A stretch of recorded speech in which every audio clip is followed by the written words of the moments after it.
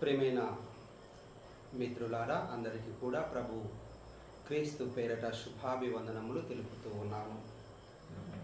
ఈరోజు మనము ధ్యానించబోయేటువంటి అంశము రక్షకుని మాత, మదర్ ఆఫ్ సేవియర్.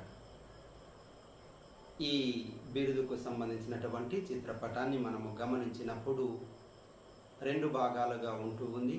క్రింది భాగములో క్రీస్తు పుట్టుక నమూనా, పశువుల పాక మరియా యేసేపులు అక్కడ ఉంటున్నట్టుగా చూస్తూ ఉన్నాం. మరి పై భాగములో మరియా బాలయేసును ఎత్తుకొని ఉన్నట్లుగా చూస్తూ ఉన్నాం. ఈ మరియ బాలయేసుల యొక్క నమూనా ముళ్ళ కిరీటము వలయములో ఉంటూ ఉంది. ఈ ముళ్ళ కిరీటము సిలువకు అంటగొట్టబడి ఉంది.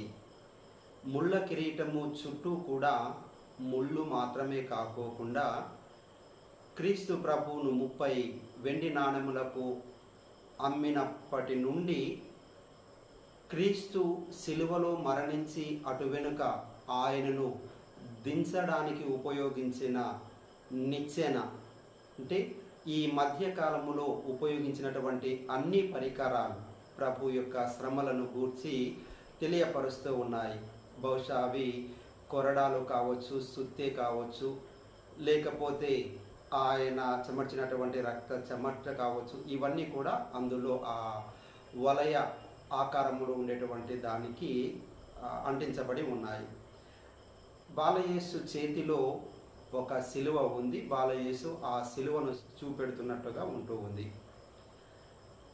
ఇప్పుడు మనం రక్షకుని మాత, అసలు క్రీస్తు రక్షకుడా అని మనము గమనించినప్పుడు, క్రీస్తు రక్షకుడు అన్నటువంటి దానికి బైబిల్ గ్రంథంలో ఎన్నో ఆధారాలు ఉన్నాయి. ఉదాహరణకు మనము 2 ఉదాహరణలు చూసినట్లయితే, దావీదు నగరములో మీకు ఒక రక్షకుడు పుట్టెను అని లూకా శుభవార్త 12వ అధ్యాయము 11వ వచనంలో చెప్పబడుతూ ఉంది. అదే విధముగా మత్తయి శుభవార్త 1:21లో ఈ విధంగా చెప్పబడుతూ ఉంది.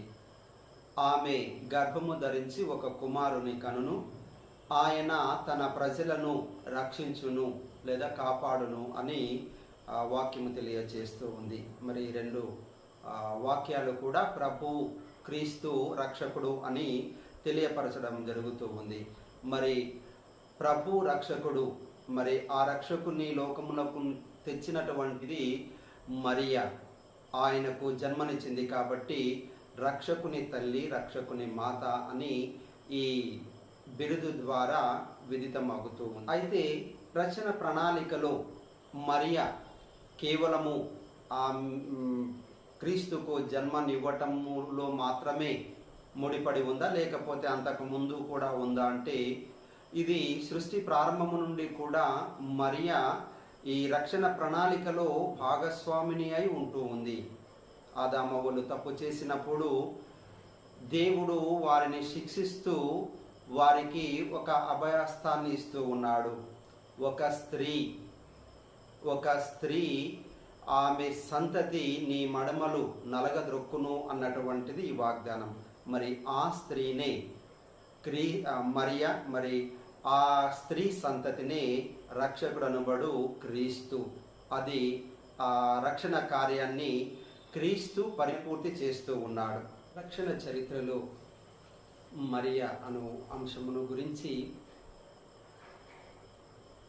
పునీత జస్టిన్ ద మార్టర్, జస్టిన్ అనే వేద సాక్షి ఈ విధంగా తెలియజేస్తారు. అవ్వ అవిధేయత ప్రభావము మరణాన్ని ప్రసవిస్తే, మరియా విధేయత ప్రభావము జీవాన్ని ప్రసవింపచేసింది అని ఈ పునీతుడు చెబుతారు.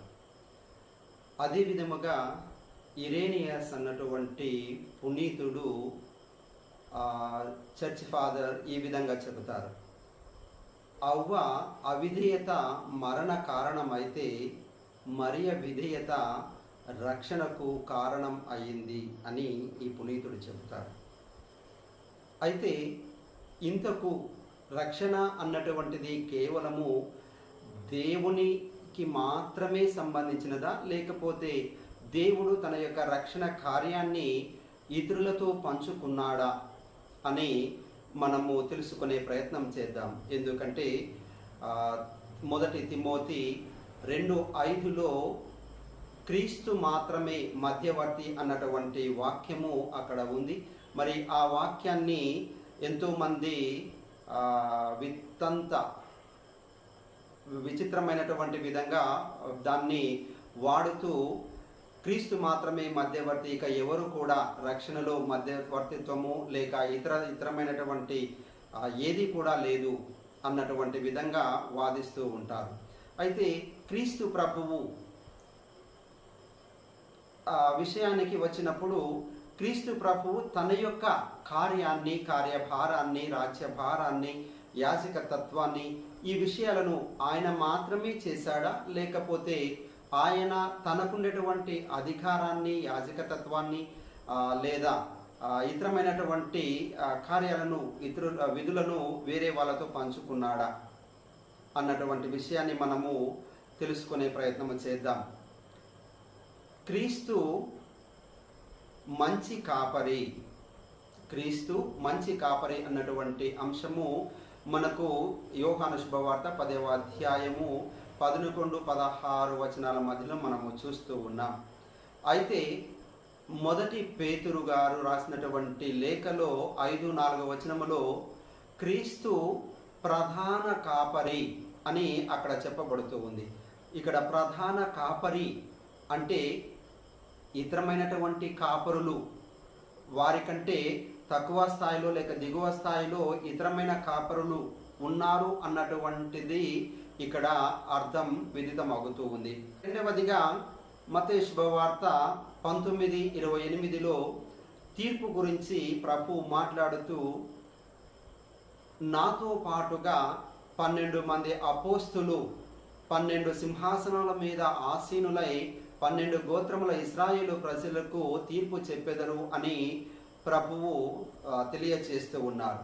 మామూలుగా మత్తయి శుభవార్త 25వ అధ్యాయములో తుది తీర్పు రోజున తీర్పు కేవలము క్రీస్తు ప్రభువు మాత్రమే. అయితే అది వాస్తవమే అయినప్పటికీ ఆ యొక్క తీర్పరి అధికారాన్ని అపోస్తులతో కూడా పంచుకున్నట్లుగా ఇక్కడ మత్తయి శుభవార్త 19:28లో మనము చూస్తూ ఉన్నాం. ఇక మూడవదిగా ప్రధాన యాజకుడు, క్రీస్తు ప్రధాన యాజకుడు అని మనకు హెబ్రీయుల గ్రంథములో, హెబ్రీయులకు రాసినటువంటి లేఖలో చదువుతాము. అదే విధముగా 1 పేతురు లేఖలో 2వ అధ్యాయము 5-9 వచనాలలో ప్రధాన యాజకుడు అన్నటువంటి అంశాన్ని చదువుతాం.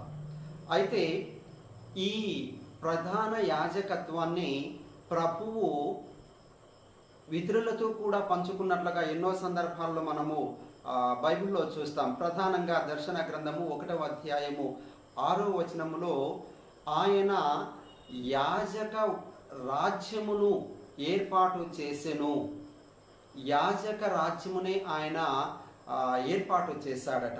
అంటే యాజకులుగా తన యొక్క ప్రతినిధులుగా ఒక రాజ్యముని ఏర్పాటు చేసినట్టుగా ఇక్కడ వాక్యము తెలియజేస్తూ ఉంది.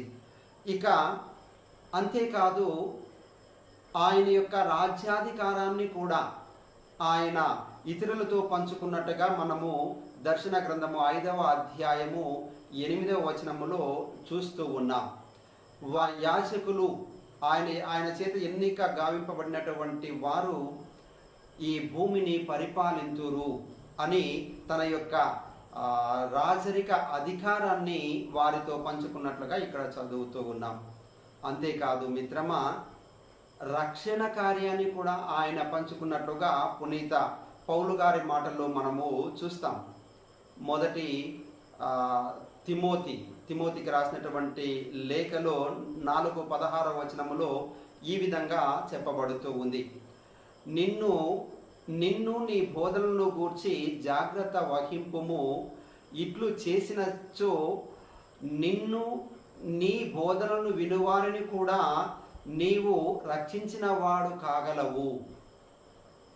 నిన్ను నీ బోధనలను విన్నవారిని కూడా రక్షించిన వాడు కాగలవు. అంటే ఇక్కడ తిమోతి గారు తనే స్వయాన రక్షిస్తూ ఉన్నాడు అన్నటువంటిది కాదు.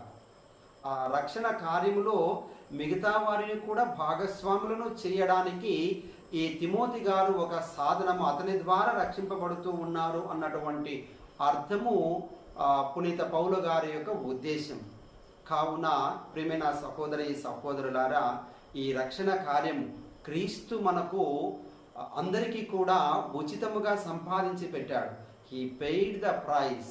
మనందరి కోసము, మనందరినీ కూడా విలువైనటువంటి తన రక్తముతో కొని ఉన్నాడు అన్నటువంటిది మనకు వాక్యము తెలియచేస్తూ ఉంది. ఇది వాస్తవం. అయితే ఆ కొని తెచ్చినటువంటి రక్షణ కార్యములో భాగస్వాములను చేయడానికి ప్రతి ఒక్కరము కూడా వారి వారి బాధ్యత నిర్వర్తించటములో మనవంతుగా మనము ఆ రక్షణ కార్య పరిపూర్తికి మనము సహకరించినటువంటి వారము కాగలుగుతూ ఉన్నాం. అందుకని పునీత పౌలు గారు చెబుతారు, కొంతమందికి యాజకులుగాను, కొంతమందికి కాపరులుగాను, కొంతమందికి బోధకులుగాను ఉండేటువంటి ఆత్మవరము వసగిబడి ఉంది అని. నిజం.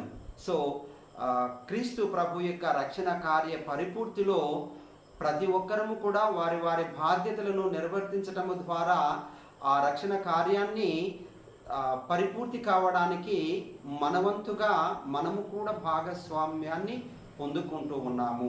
మరి అందులో ప్రధాన పోషికను, మధ్యవర్తిత్వాన్ని మరియా పొందుకుంటూ ఉంది. ఈ విషయము తండ్రి దేవుడు సృష్టి ప్రారంభంలో తెలియచేశారు. మరియు క్రీస్తు పుట్టుక సమయంలో మనకు ఈ విషయం విదితమవుతూ ఉంది.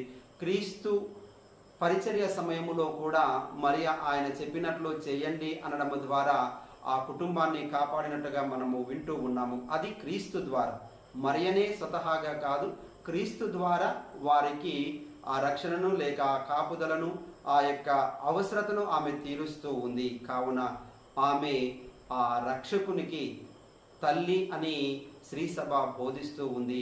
మరి ఈ బిరుదు ప్రకారము పరిశుద్ధ మరియా రక్షకుని తల్లి, ఆమె రక్షకుని తల్లి.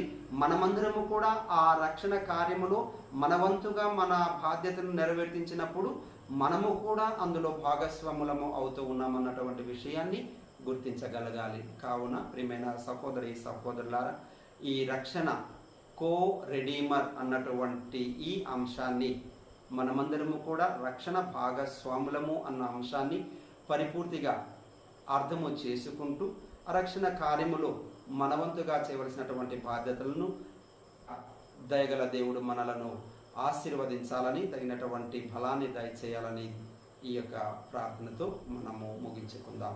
పిత పుత్ర పవిత్రాత్మ నామమున